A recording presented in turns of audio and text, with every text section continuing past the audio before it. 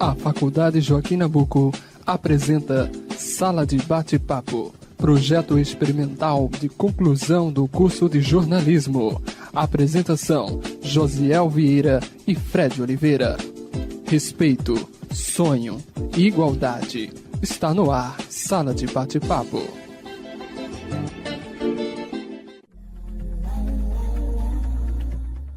O programa Sala de Bate-Papo aborda temas polêmicos a cada edição. Hoje, apresentaremos a homofobia e a discriminação que sofrem os homossexuais.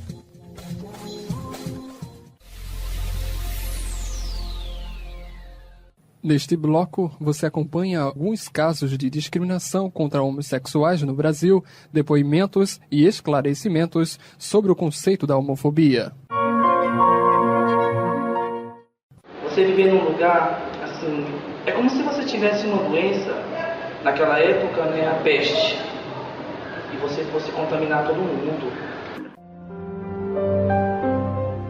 Para que se diminua o preconceito e, em consequência, a homofobia, né? As pessoas entendam o que é ser LGBT, né? Qual é a busca da população LGBT na garantia dos direitos, as consequências da homofobia, né?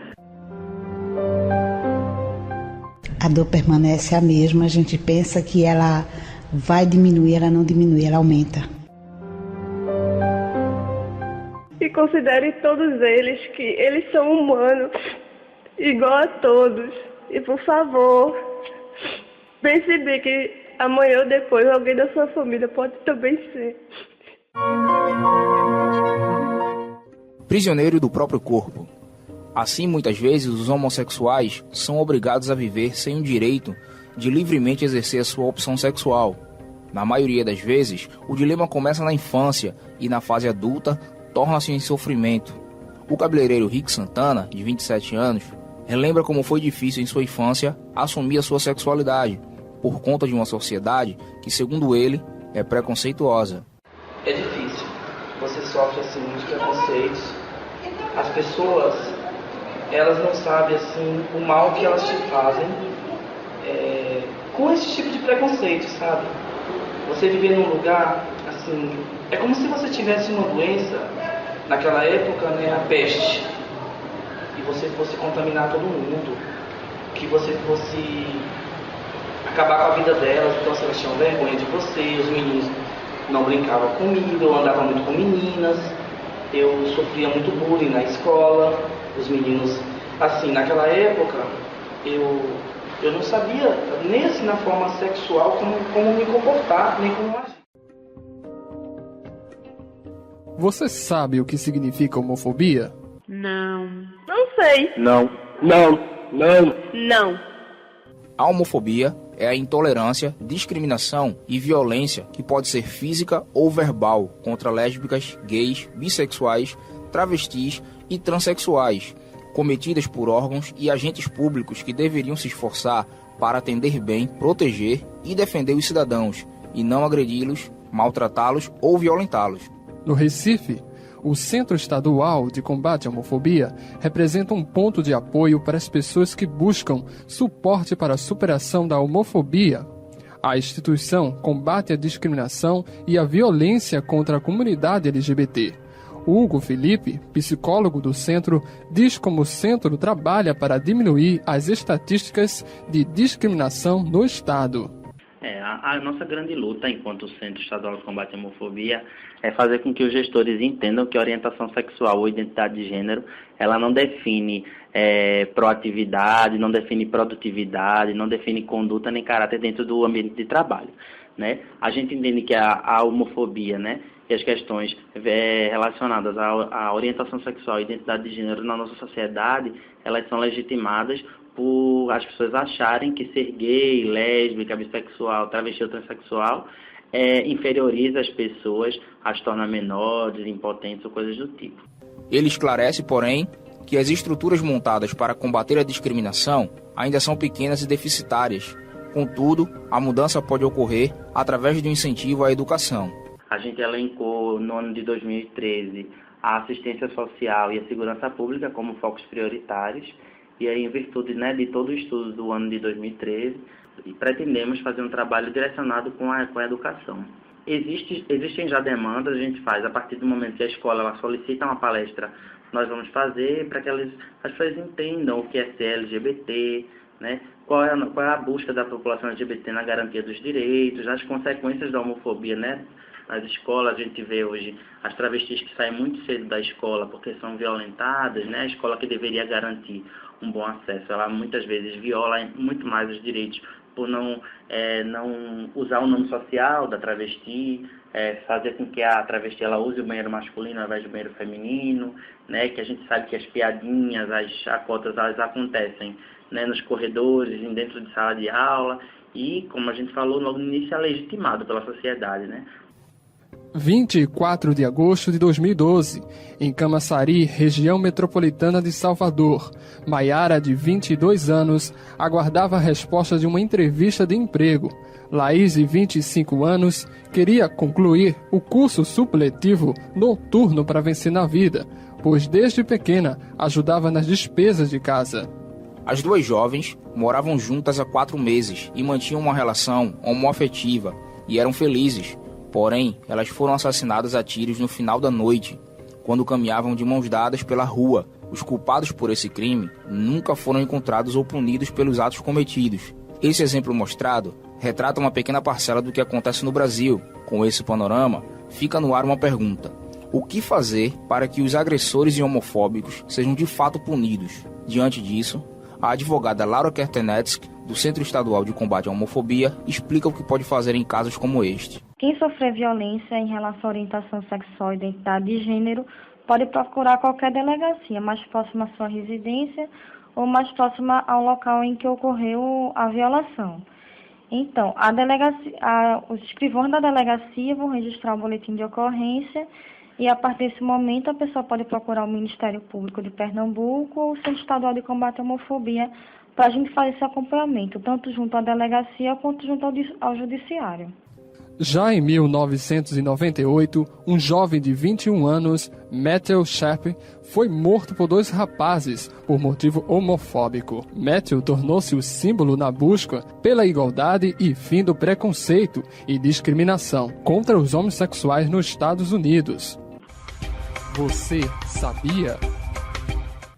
Em 28 de junho de 1997, o Brasil passou a ser palco da diversidade, voltado para o público gay, onde trouxe para as ruas da maior metrópole do país, São Paulo, milhares de ativistas segurando cartazes que pediam paz, igualdade, respeito, direito e o maior de todos os pedidos, o amor entre as espécies. A dona Eleonora, que é ativista, fala de sua luta em favor do próprio filho e ainda pelos direitos da comunidade LGBT. Sou uma das ativistas, eu fui com a bandeira, com peruca, com camiseta, com tudo, eu estava lá vestida de arco-íris. E assim, como eu era uma mãe, foi bem interessante que vieram todos, ficaram juntos de mim, né? Eu estava com a bandeira, eles vieram, fizeram aquele grupo.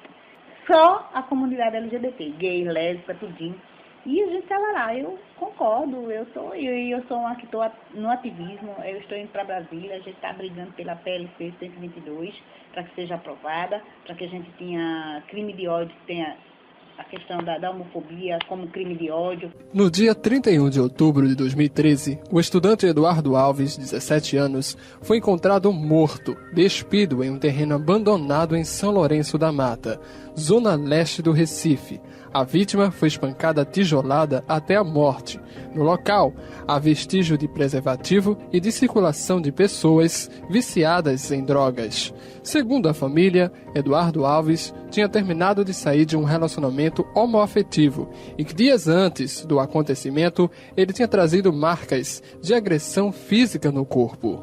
3 dias depois do caso de Eduardo Alves, cerca de 100 metros do local ocorrido, outro jovem de 22 anos, Max Viana, foi covardemente espancado por mais de 3 pessoas consideradas homofóbicas. Por motivo de segurança, Max Viana é um nome fictício utilizado para proteger a vítima. Ainda sendo ameaçado pelos suspeitos, a vítima não quis gravar seu depoimento, mas uma testemunha que viu todo o acontecimento explica como ocorreu. Mas com medo de ser reconhecida, a voz da testemunha foi alterada para dificultar a sua identificação.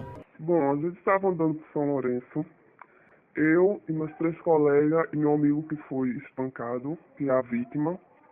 A mais ou menos 100 metros de distância, chegou mais ou menos 3 caras, ou era menina, porque estava escuro e a gente não deu pra ver, a gente estava tudo indo pra casa.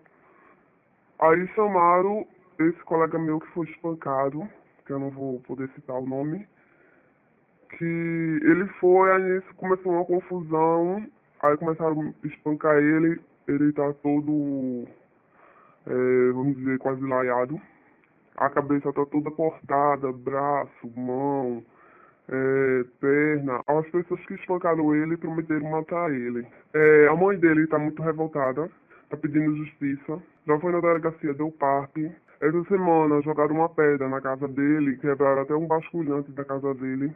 Ele está com muito medo de sair de casa. E a gente está querendo justiça, porque eu acho que isso, com o que aconteceu com ele, pode acontecer com qualquer um. Porque hoje em dia, o que vocês estão vendo é espancamento, que o povo está espancando gay, está matando. E o que aconteceu com o Eduardo Alves pode acontecer com qualquer um. Você está ouvindo Sala de Bate-Papo, abordando o dilema homofóbico. Outro caso chama a atenção em Pernambuco. O filho de Eleonora Pereira foi assassinado no dia 17 de outubro de 2010. José Ricardo Pereira da Silva tinha 24 anos, era homossexual e tinha uma relação amigável com todo mundo, mas despertava a inveja das pessoas homofóbicas que viviam ao seu redor. E por esse motivo teria sido morto a pancadas no bairro de Jardim São Paulo, zona oeste do Recife.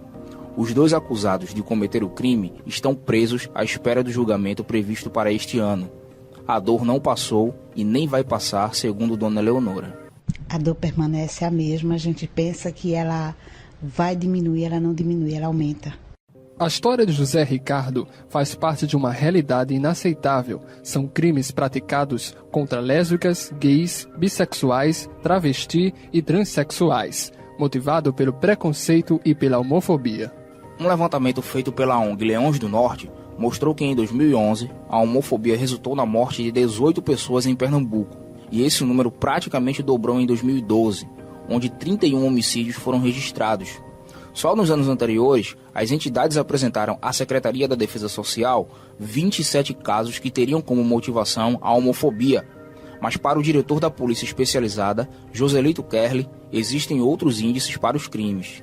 Desses casos, o Departamento de Homicídios, junto com as outras unidades do Estado, passaram a investigar com prioridade e chegamos a 51% desses casos remetidos, mais de 51% já foram remetidos à Justiça e 81% dos 27, ou seja, 22 casos, já com a motivação delineada.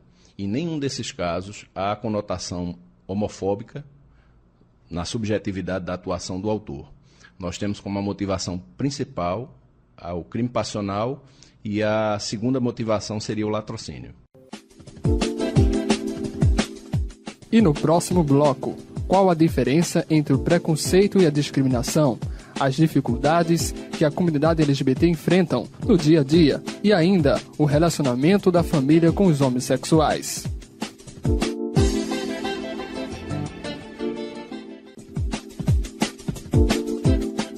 Estamos apresentando Sala de Bate-Papo, abordando o dilema homofóbico.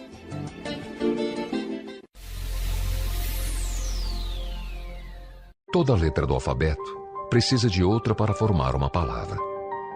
Já pensou se existisse algum tipo de preconceito contra aquelas que decidiram se unir com outras iguais a elas? Seria impossível existir progresso. Não haveria cooperação. E o mais importante, ninguém saberia dizer o que é compreensão.